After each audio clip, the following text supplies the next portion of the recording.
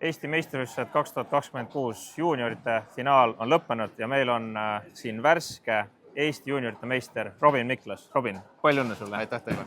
Räägi mulle, kuidas sul finaalimäng edenes? Kas sa tundsid enne mängu, et sa lähed nagu kindla võidu peale või mängu ajal tundsid sellist tunnet, et kas vastasel hakkas nagu paremini minema või halvemini, et kas sa pidid mängu ajal enda strateegiat muutma?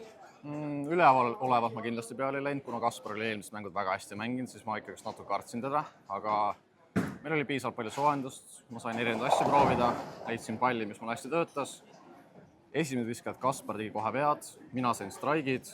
Mängu keskel oli jälle vastupidi, kus mina tegin paar viga ja Kaspar ladus straike järjest. Siis oligi siuke nagu, et kogu aeg suht pingeline, aga siis ta 8. sai speeri ja ma tegin 9. ruudus sükse pallivahetuse, mis ma arvasin, et võiks töötada ja lõpuni mängin straigid ja võit tuli siis nii-öelda lõpuks 230 ja Kaspar pani 214, nii et Kasparile mul on väga hea meel. Ta teise koha sai, ta mängis väga-väga hästi.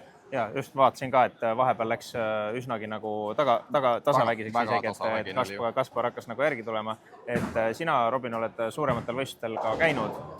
On sul mingid enda nipid, kuidas sa näiteks vaimselt suudad ennast kokku võtta? Kas mingisugused kindlad meetodid või mõtted on nagu sportlastel tavaks?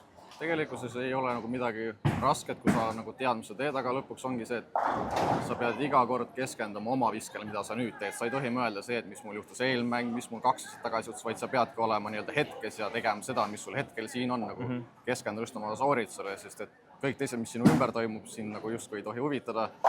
Sina peadki mõtlema sellest, nagu lihtsalt enda peale mõtlema, kuidas sina saad kõige paremini oma soorituse ära teha ja kõige paremini sul see välja tuleks. Ja sinul on U18 arvestus oli viimane aasta Euroopa juuniorite meistrivõistlustel ja järgmisena on siis maailmameistrivõistlused tulemas U21. Kas sul on seal ka mingisugused kindlad eesmärgid? Kui peaks minek olema, siis esimene eesmärk oleks, et ikkagi maailmameistriks? Ei, lihtsalt, et nautida, sõpru näiteks leida, ise hästi mängida, anda ennast maksimum, finaali äkki saada ja siis on juba nii-öelda edasine natuke ka õnnelotari. Et lihtsalt esimene eesmärk olekski, et ise lihtsalt hästi mängida ja mitte nagu mõelda asjadele, mis ei ole minu valduses. Aga väga tubli olid, Robin. Sulle soovin veel edu siis meeste finaaliks. Sina hakkad veel peale seda mängu siis pronksimängu hakkad mängima, on ju? Ei, selles mõttes, et pronks, kes kaotab on pronks ja kes võidab on edasi finaalis. Ühesõnaga edu sulle ja palju õnne veel kord. Aitäh teile!